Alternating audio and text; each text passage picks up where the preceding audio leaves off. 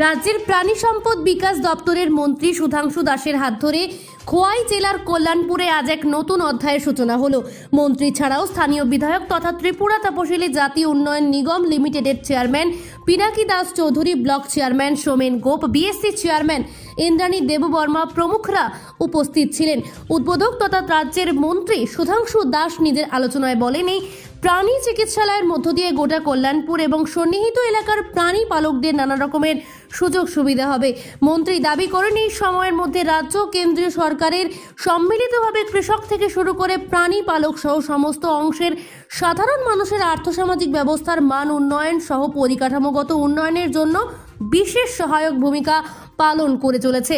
বিশেষ করে এই সময়ের মধ্যে সরকার সহ সহায়ক গ্রুপের সশক্তিকরণের মধ্য দিয়ে মহিলাদের আর্থসামাজিক ব্যবস্থার মান উন্নয়ন সহ গোটা সমাজের অর্থনৈতিক বিকাশের জন্য একের পর এক ইতিবাচক পদক্ষেপ গ্রহণ করেছে।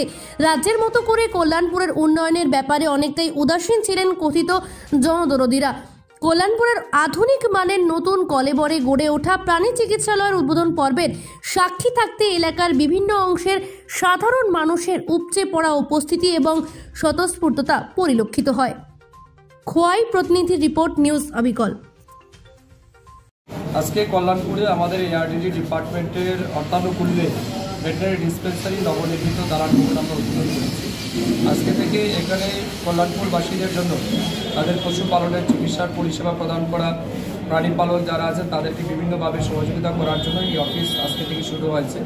এখানে আমাদের ডাক্তারবাবুরা বসবেন, অন্যান্য যারা আধিকারিক আছেন তারাও বসবেন এবং এই অফিসের মাধ্যমে তারা এই বিধানসভা কেন্দ্রের তথা আশপাশের যারা আছেন প্রাণী পালক তাদেরকে সার্বিকভাবে বিভিন্ন পরিষেবা প্রদানের জন্য এই অফিস কাজ করে। তো আজকের এই উদ্বোধনী অনুষ্ঠানে এসে আমি সত্যি অত্যন্ত আনন্দিত।